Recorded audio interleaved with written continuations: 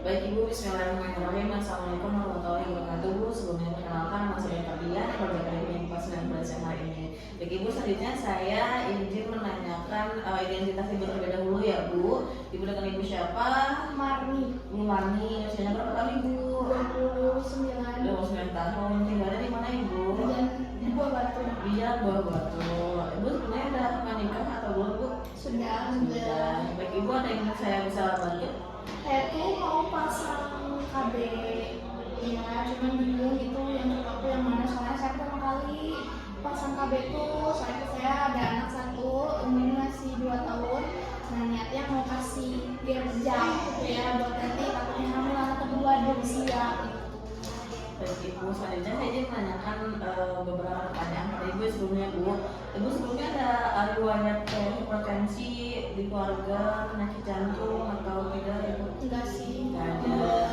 Ibu sebelumnya jarak antara anak satu jarak antara anaknya berapa tahun Ibu? Anaknya berapa? Baru satu ya. ya Bu. Oh, ya. Saya 2 tahun. Baik Ibu. Kasih jarak. Berarti Ibu mau minta saran buat pemasangan pil KB ini. Betul. Ibu sebelumnya udah pernah minum atau memasang KB belum? Belum, pertama kali. Ya. Baik Ibu, di sini saya menjelaskan ya Bu, di sini bahwa pil KB, bahwa pemasangan KB itu ada dibagi menjadi dua ya Bu, ada yang hormonal sama yang non hormonal. Kalau yang hormonal itu dia terdiri biasanya dari pil, suntik, itu yang hormonal Bu, itu biasanya dia mengandung beberapa hormon. Lalu ada juga yang non hormonal seperti kayak pemasangan alat, namanya IUD, lalu ada juga kayak pemasangan kondom. Untuk kita langsung lihat aja ya Bu, dari di sini ada beberapa buku panduan untuk menentukan dari pemasangan pil KB-nya. Nanti kita lihat di sini apakah Ibu cocok dalam metode mana seperti implan, tubertomi, lalu atau pil. Lalu kita lihat juga di sini Ibu sebelumnya anak yang pertama usianya berapa tahun Ibu? 2 tahun. Apakah Ibu ada riwayat apakah Ibu di menstruasinya akhir ini gimana Bu? Lancar sih. Lancar. Kapan Ibu terakhir kali menstruasi? Bulan kemarin pertengahan tanggal 23-an. Tanggal 23. Berarti Ibu sekarang alhamdulillah masih dalam subur ya Bu, dan pasca menstruasi. Baik Ibu, di sini kita akan menentukan ya Bu, dari Ibu kalau misalkan Ibu pasangannya satu kan Ibu? Iya. Iya. Baik Ibu. Boleh kan? Jadi ya nggak boleh ya Bu. Jadi pasangan cuma satu ya Bu. Selanjutnya kita di sini untuk menentukan untuk lingkarannya dari pot ini. Ini Ibu ada riwayat kayak pernah sepsis, Ibu? Sepsis apa? Kejang gitu. Enggak sih. Oke, ada. Baik Ibu, kita tentukan ya Bu. Nah, selanjutnya nanti dari hasil ini ditentukan bahwa Ibu yang cocok ini dari saran di buku ini Ibu harus pemasangan menggunakan KB yang non hormonal. Kenapa non hormonal? Karena dia memiliki efektivitas yang paling tinggi Bu, dan paling aman. Jadi maka akan dilakukan pemasangan KB yang non hormonal, yaitu jenisnya nanti akan dipasang kayak alat yang berbentuk panjang seperti huruf T. Nanti dia akan dimasukkan ke dalam rahim ibu melalui vagina. Nah ini nanti akan mencegah dari pertumbuhan dari pertemuan sperma dan ovum. Mungkin ada sedikit kurang nyaman Ibu, tapi tenang saja ya Bu, saya akan menggunakan tersebut. Nanti si batang ini akan dimasukkan secara perlahan. Mungkin ada yang ditanyakan Bu? Sakit gak? Enggak sih, tenang saja ya Bu, saya kan menjelaskan sebelum atau sakitnya. Mungkin ada sedikit memang kurang nyaman, tapi tenang saja akan menjelaskan tersebut. Ada yang ditanyakan lagi Bu? Jadi saya cocoknya yang si kayak itu ya? Iya, namanya IUD Bu. Itu berapa lama jangka saya pemakaian atau gimana dicabut? Kalau misalkan pemasangan pakai alat itu biasanya sekitar 10 tahun Bu. 10 tahun, iya 10 tahun. Tapi tenang saja Bu, jadi jika seketika ibu ingin ingin mempunyai anak kembali, tenang saja Bu, itu bisa dilepas kok. Jadi bisa dicabut dari si alatnya. Jadi nggak harus mesti dan jangka waktu itu 10 tahun. Baik dok. Ada yang ditanyakan lagi? Udah sih dok. Ada. Baik Ibu, kita langsung ke pemasangan alatnya saja ya Bu. Iya. Bismillahirrahmanirrahim. Assalamualaikum warahmatullahi wabarakatuh. Waalaikumsalam. Baik, bismillahirrahmanirrahim. Yang pertama kita akan melihat alat dan bahan terlebih dahulu, di mana di sini terdapat IUD. Di sini terdapat IUD, lalu terdapat sarung tangan steril, lalu ada spekulum, lalu larutan antiseptik dan tenakulum dan sonde rahim, kain kasa, dan ada larutan klorin 0,5% dan ada tempat sampah medis. Selanjutnya di sini kita akan melakukan pemeriksaan ginekologi eksternalnya terlebih dahulu. Kita lihat di bagian eksternalnya terdapat ulkus, kelenjar getah bening atau bulbo. Lalu kita lihat juga di kelenjar Bartolinya apakah terdapat sekret atau tidak. Lalu kita lakukan pemasangan menggunakan spekulum. Kita pasang spekulum.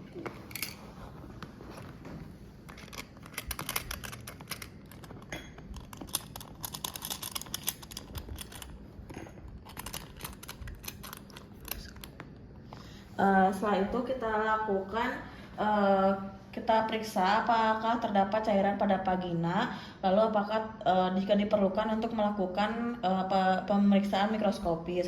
Setelah itu kita akan melakukan pemeriksaan bimanual dengan untuk menentukan dari besar dan posisi konsistensi mobilitas rahim. Lalu kita akan memeriksa adanya nyeri goyang serviks atau tumor pada kavum dovulasi. Lalu kita akan melakukan pemasangan dari IUD-nya, di mana kita akan buka terlebih dahulu dari sepertiga IUD, lalu kita akan letakkan kemasan di atas permukaan yang rata. Lalu kita akan menggeser di ukurannya yang berwarna biru. Setelah itu kita akan memasukkan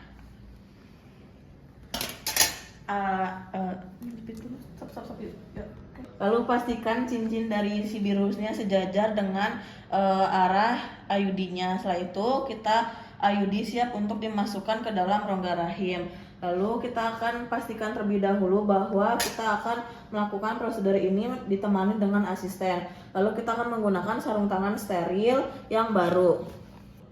Setelah di sini saya sudah menggunakan sarung tangan yang baru dan steril. Lalu kita akan masukkan buka spekulum. Di sini sudah dibuka. Setelah itu kita akan bersihkan vagina menggunakan larutan.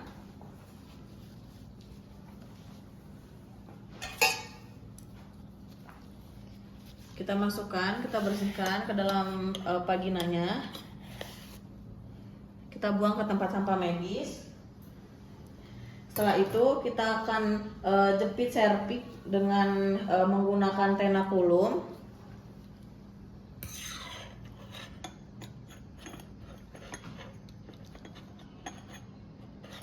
Setelah itu kita akan jepit di bagian serviknya arah jam 11, 12, dan 13. Lalu kita masukkan dari sendok uterus. Kita ukur dan jangan sampai menyentuh dari area dinding vagina dan rahim. Kita ukur. Setelah itu kita akan samakan menggunakan IUD-nya. Lalu kita putar. Di sini sekitar 10. Setelah itu kita akan masukkan IUD ke dalam rahim secara perlahan. Lalu kita dorong sampai dia keluar.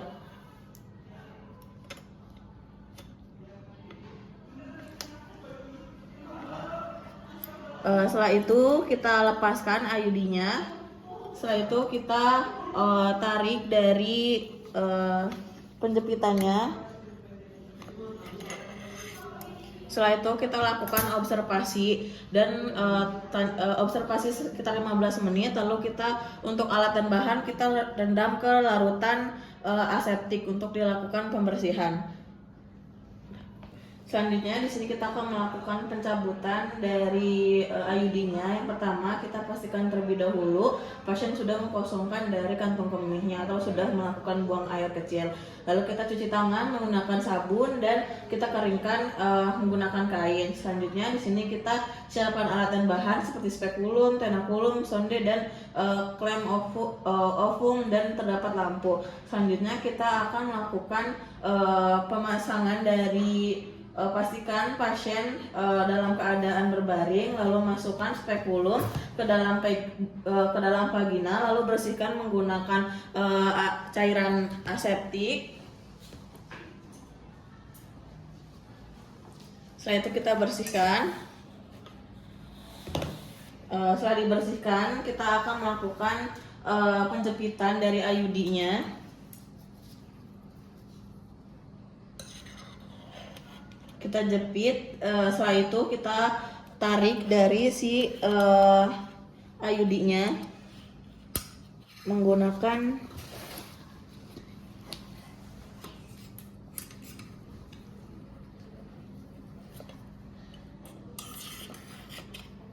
lalu kita tarik secara perlahan. Setelah itu kita tunjukkan kepada pasien bahwa IUD-nya sudah dicopot. Bu, punten, IUD-nya sudah dicopot. Selanjutnya kita buang ke tempat sampah medis dan lakukan pembersihan menggunakan cairan aseptik. Kita keluarkan. Setelah itu kita semua alat dan bahan kita rendam ke larutan antiseptik. Selanjutnya kita akan pelepas dari spekulumnya.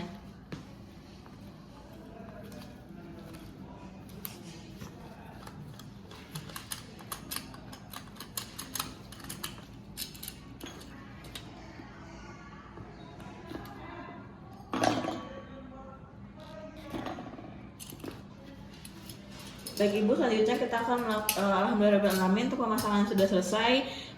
Kita akan melakukan observasi terlebih dahulu selama 15 menit.